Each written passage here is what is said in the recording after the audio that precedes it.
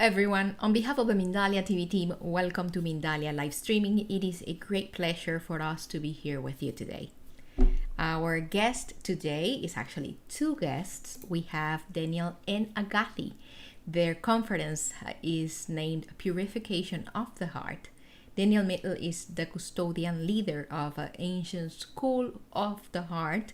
Agathi is a speaker, workshop facilitator, trainer, and coach. It is my pleasure now to leave you with their conference, Purification of the Heart, by Daniel and Agathi. Guys, welcome to Mindalia. The screen is all yours. Thank you very much.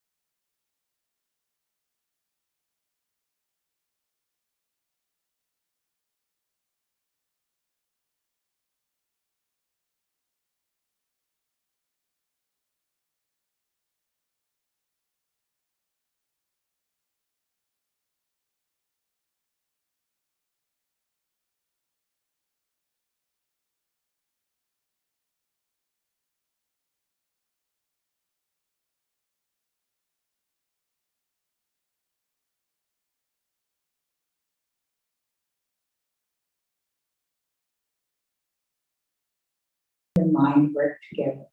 And actually, the messages that are coming from the heart to the mind are more than the messages that go from the mind to the heart.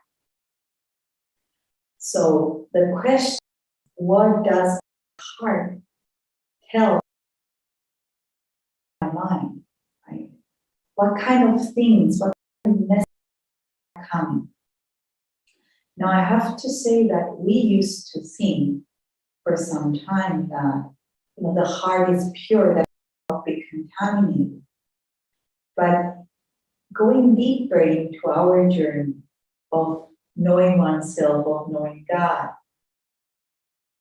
we found that a lot of the difficulties that we are facing is because the heart actually can be contaminated.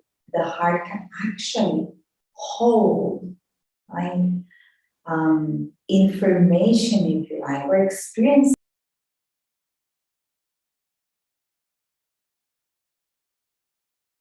just light. So all these experiences that our heart holds influence the way and influence the messages that are coming to us.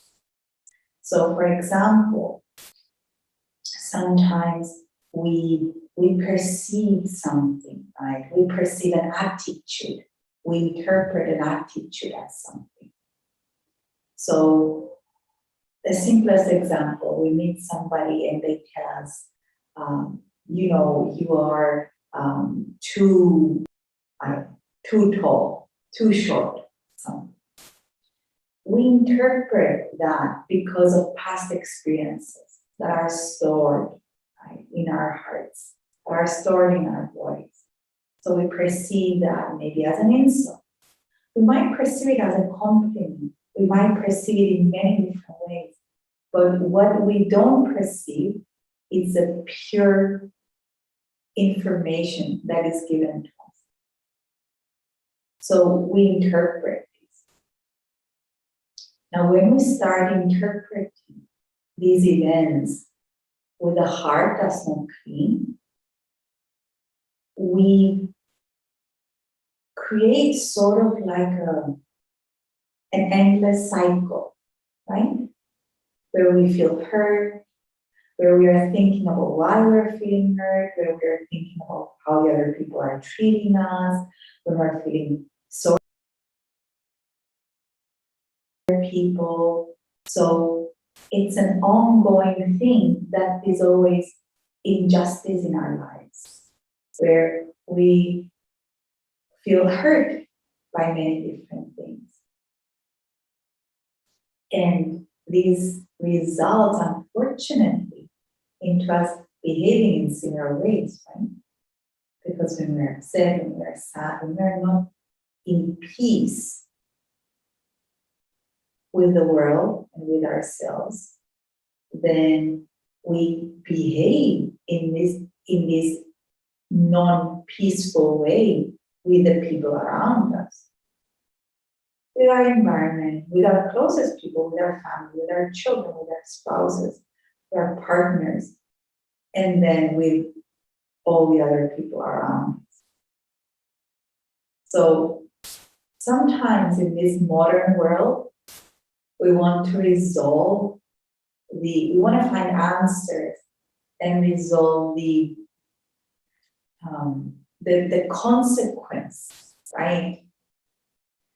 I have this problem and it's because of this person, or it's because of this government, or it's because of this society, or it's because of that.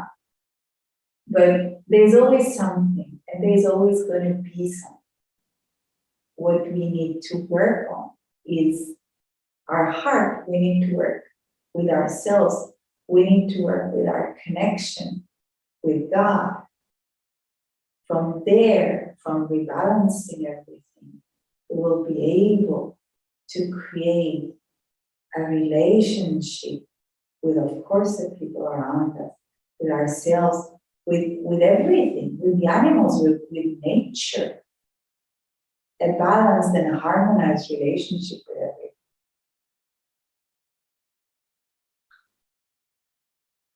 I was reading 2 years ago a book written by a monk from Mount Athos. The book was written somewhere in 1800s. So nobody knows who wrote it. They found the manuscript there, and it's very interesting because the book can be found in any Amazon. It's called The Watchful Mind. So I was surprised to find what the monk was advising us: do not let any stone unturned. So this advice basically means you have to take every passion, any problem, any thought, you have to be so vigilant and not to let any of this to go. Exactly what Agathi said, to attack your heart, to affect your heart, to produce what we call in our workshop, the art of watchfulness, the illnesses of the heart. And when we say illnesses of the heart, we do not talk about cardio issue that is connected with your organ, your heart. Although later, if you do not solve the initial problem, you might get also this kind of situation, right?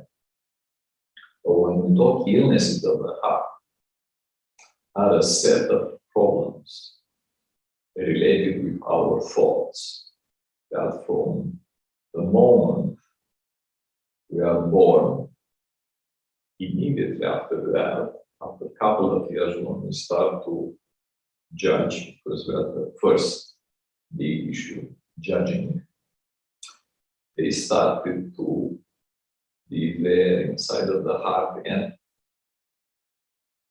in time, unfortunately, a lot of what I call New Age workshop and exercises are talking about, all is nice, ignore it, let's be happy, smile, but covering these issues later, it goes to a huge problem that can really destroy us from any perspective, the body, the energy, and so on.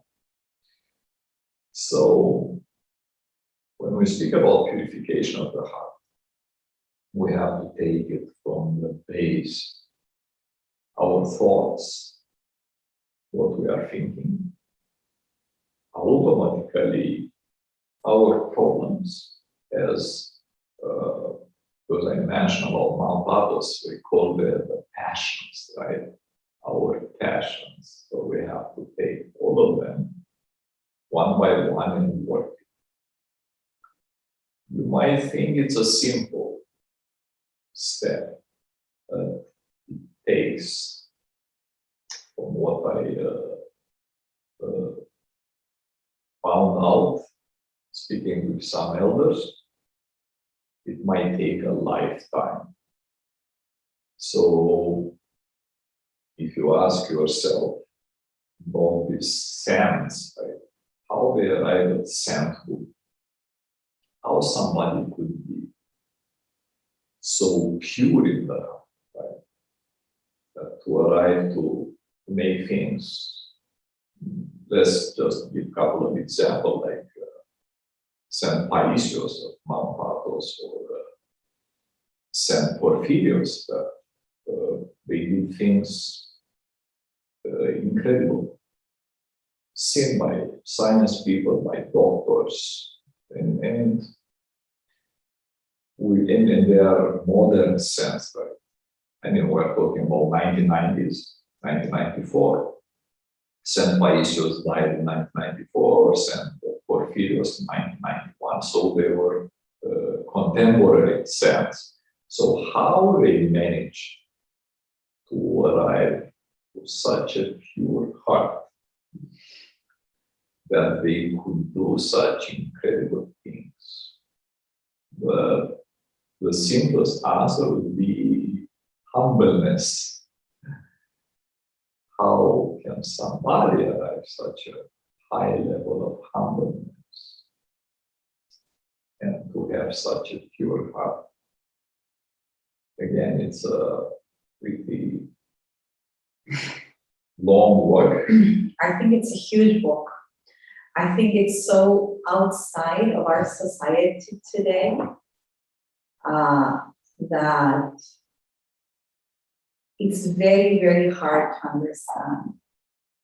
Because growing up, we are taught to be first, we are taught to be the best, we are taught to be special, we are taught to be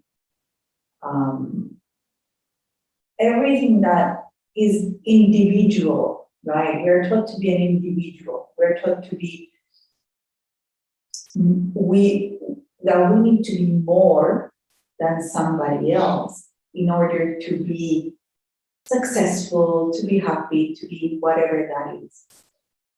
And I can take it a step even further, which was my thought when we started this journey. As a woman, women, we are taught that we have to fight harder to be heard. We have to be better to be seen. We have to be tougher, right, to survive. How can I be humble if I need to be the first, if I need to be the best, if I need to even survive in society today, right? I put myself up. So humbleness goes against like everything that society stands for. And it's very difficult to understand that because there's a lot of talk today about loving yourself, that people don't love themselves, that we need to love ourselves more. But there is healthy and there is unhealthy. And it's a very fine balance because what these saints arrived to wasn't that they didn't love themselves. They realized that whatever they were was a gift. And when it's a gift, you appreciate and you love the gift, right? You don't need to make it more, you don't need to push it. At our last workshop, we had a very interesting question from a lady saying exactly this. I'm trying to love myself. How can I love myself and be humble? Right? But the moment you're humble, you love yourself so much that nothing can upset that idea, image, that sense of yourself. And that's it. When I don't love myself, I want people to praise me because I need the praise to feel valued. When I don't love myself, I want to be shown because that gives me the idea that I'm better because people see me, right? Or I make more money, or I have a good career, or whatever that is. That we are trying to use that to validate ourselves. But we'll never validate ourselves through that. And I just think a lot of people have arrived at that point in their lives that they realize that even a relationship does not validate you, even a family does not validate you. A child, career, money, they don't give you value. If you feel less, you always feel less, no matter what you do outside.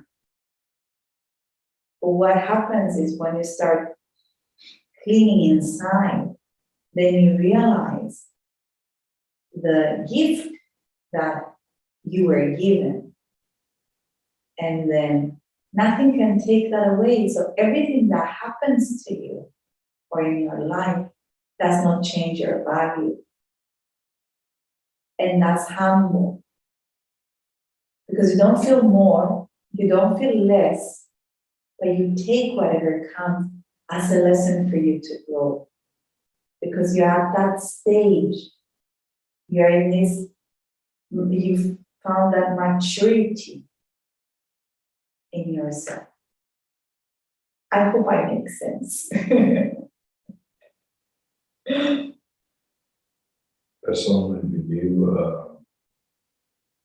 and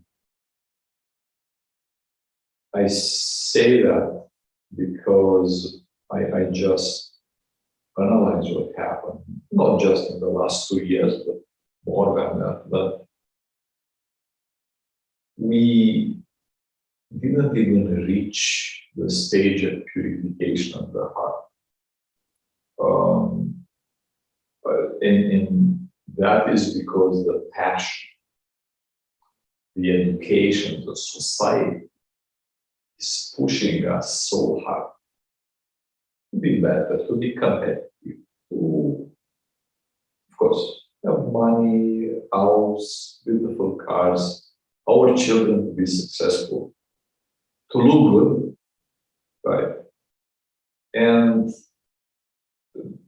unfortunately, the more you get in this trap, the, I would say, modern age, you arrive at a situation like incredible.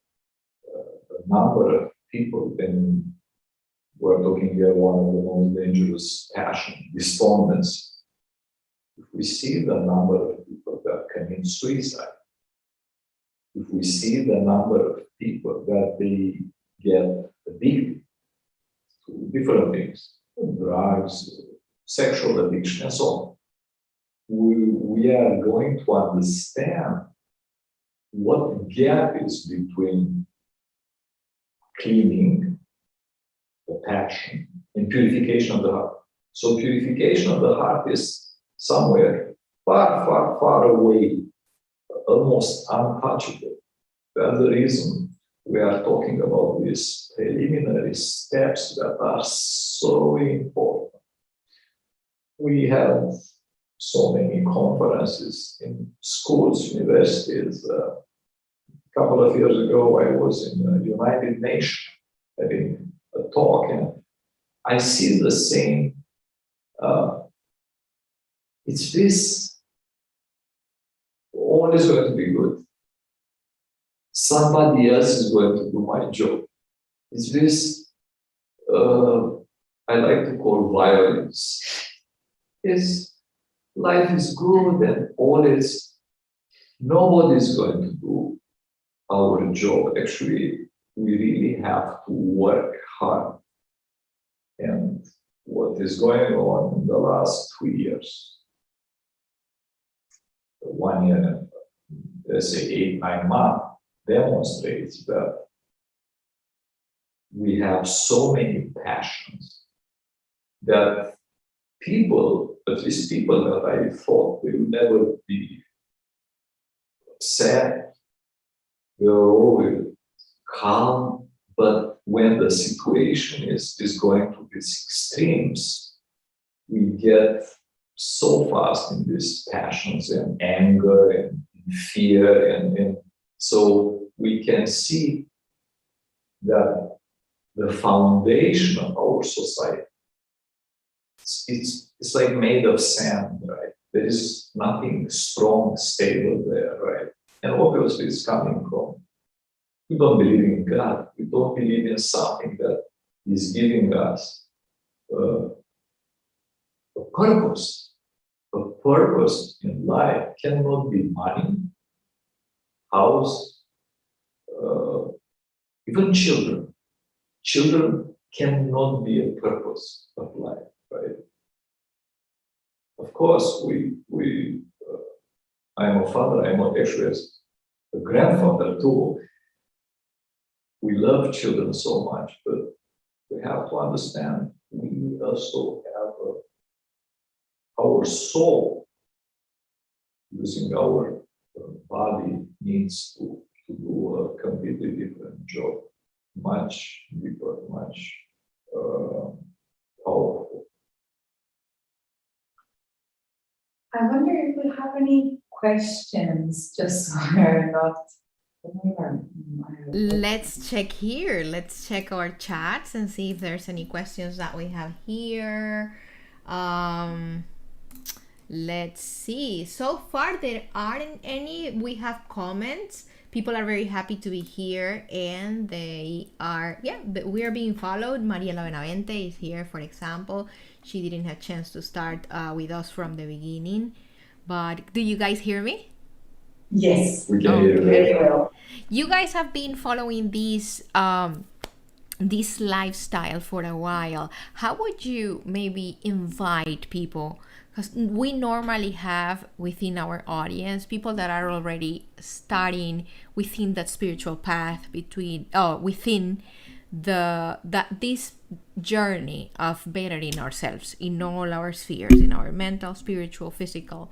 If someone is encountering for the very first time this type of content, this type of knowledge, how would you open the doors and say, hey, if you feel like it, there is something interesting here for you? What would be your advice? I would say things are very, very simple in life. And I know we try to complicate stuff, but they're very simple. So a small step every day towards something that we want to see ourselves do, see ourselves be, is a huge thing. Sometimes people start something and they put limits, they put time frames, they put goals, they put all this stuff. And a week later, they're disappointed because they haven't had the experience they were expecting, and they stop everything. Now, this journey is not a journey of goals, it's not a journey of successes in the way that we perceive today and all this stuff. But it's a journey into the unknown. It's a journey of faith, and it's a small step into us being better and closer to God every day. So, small things, do something better, read something that's going to open your heart. Be around people that they bring out kindness and goodness in you, so you can be kindness and goodness for other people. So small things, and this slowly will start to change your life, your lifestyle, right? Sometimes, these days it's like these sudden changes that you go from day, one to next day and doing something like 180 degrees different. We don't want that. You can't maintain that for long.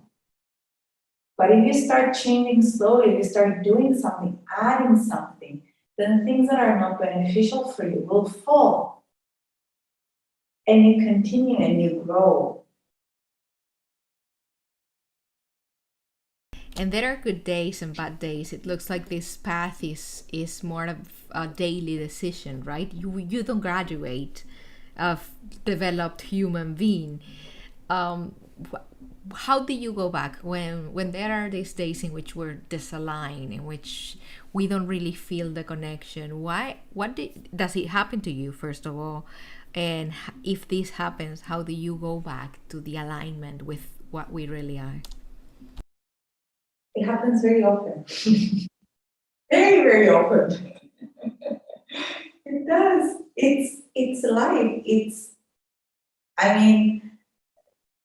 we just had so many things changing in our life, and I caught myself being overwhelmed, right? So having to do so many things, or having in my mind so many things that I need to do, that it was changing me, that it was taking me out of my routine, of my program, of, and it troubled me for some time. And of course I asked advice, because I also asked advice. I think that's also important. It comes back to the humbling part, to say, I've done this. Yes, I asked advice. I am seeing, I am going to people, I am asking for their advice, right? And when you realize you love yourself, you forgive yourself, and you start again, and you try to do better. And every day you try to do better. There are days you don't do better. There are days you do worse. But what is worse and what is better? If I look back at my time of being overwhelmed, I've learned so much from that. Was it bad? Was it an experience that took me back? I've grown, I've learned something. Maybe in the future, when I have something similar, I'm going to be a different way. I'm going to react. I'm going to respond in a different way. Maybe not. Maybe I'll do the same, realize later, and then try to do it again in the future. But from every experience that we have, I think the important thing to take is that every experience is for us to grow closer to God. There are easy experiences, and there are experiences that are harder because it's harder for us to accept them. Thank you for giving us that answer. As we reach the end of our conversation, how would you like to leave us? Like, what do you want your closing thoughts to be today?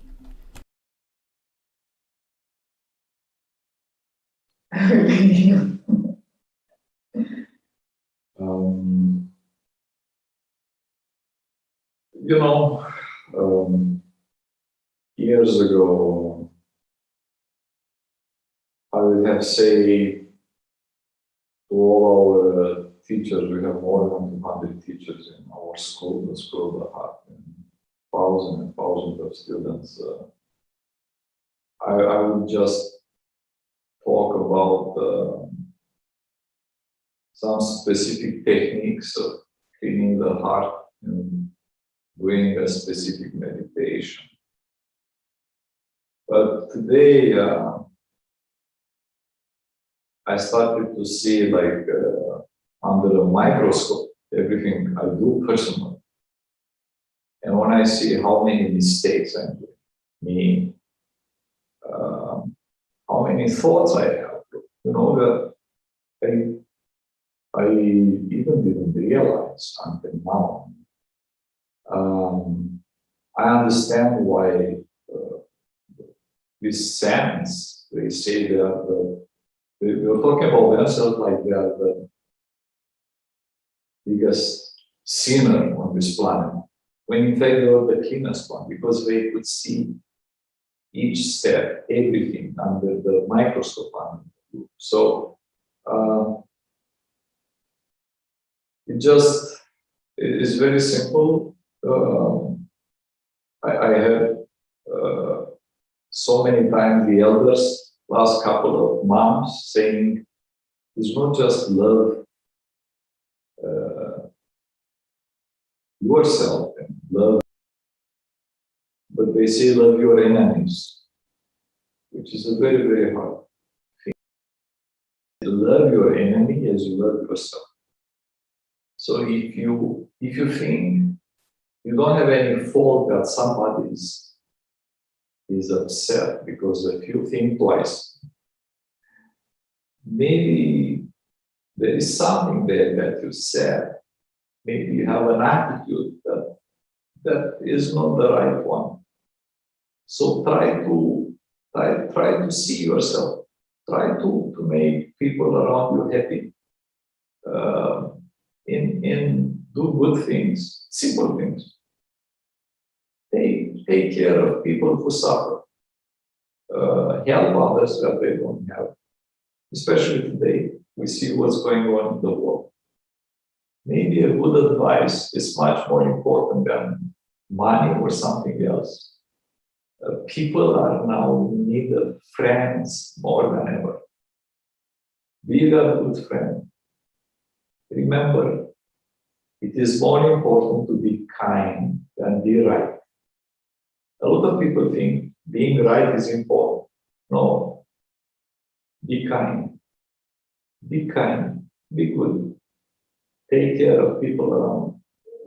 Take care of animals. If you have a piece of bread, give to a bird. If you have a piece of meat, give to a cat or to a dog. That is, we are in Cyprus, we see so many cats. There are hundreds of cats around us. We are buying wild cats, birds. So just take care of Earth. Don't let things to be there. If you see something, just clean it because it's our planet. We need it. And I think the future is going to be bright if we all of us will do these small things, as Agathi said, as you said. I think that would be a good end of our discussion. I agree. If we all put our effort and we all educate ourselves in the right subjects, in the right areas, definitely we're going to be seeing a better future. We want to thank you for being with us, for joining our family and our community, and to the people that are behind the camera, beyond our reach around the world. We are Mindalia.com. We are an international non-profit organization. You can help us reach more people in the planet just by interacting with any of our online content. You leave us a message, like a positive comment or a question, that help us get to more and more people in the globe. We're sending you a big hug and all our gratitude. We're gonna be meeting very soon in the next Mindalia live streaming. Thank you.